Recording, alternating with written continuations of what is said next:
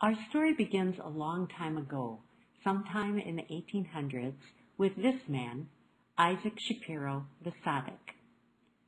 According to classical Jewish teachings, the Tzaddik is associated with spirituality and defined as, quote, one whose merit surpasses his inequities, end quote. Inequities are defined as thoughts of wickedness, evil, sin, vice, injustice, and crime.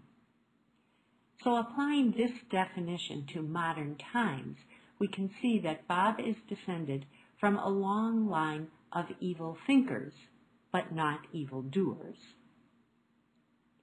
If you look closely at Isaac the Tzaddik, there is a strong family resemblance. The chiseled features on a handsome face, stylish clothing, a come-hither look in his eyes. All of these characteristics flowed through the generations, giving Bob and his descendants an appeal that can only be described as mystical. Moving ahead a couple hundred years, we meet a young romantic couple, Addie and Leonard. They gave birth to a bouncing baby boy who they felt would move through the world with greatness. Would he become an astronaut and venture into outer space discovering new worlds? Would he become a scientist and find a cure for cancer?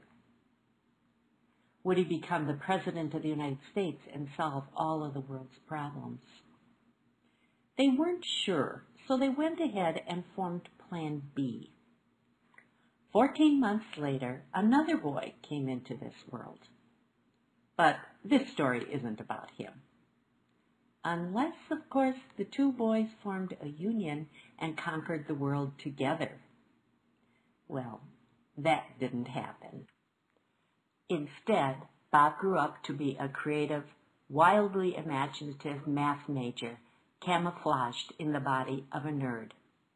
He transferred the inequities from his DNA into creativity and found a way to save the world and bring joy and happiness to all. He created pet humans. This was a groundbreaking concept.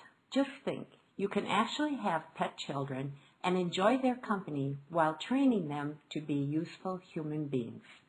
Amazing.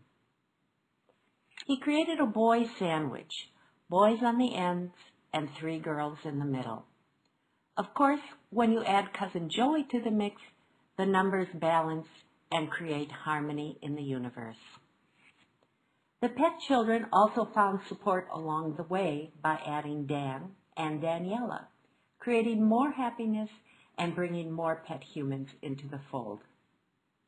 But we can't stop there. Without Susan and John, we would not have a house to live in.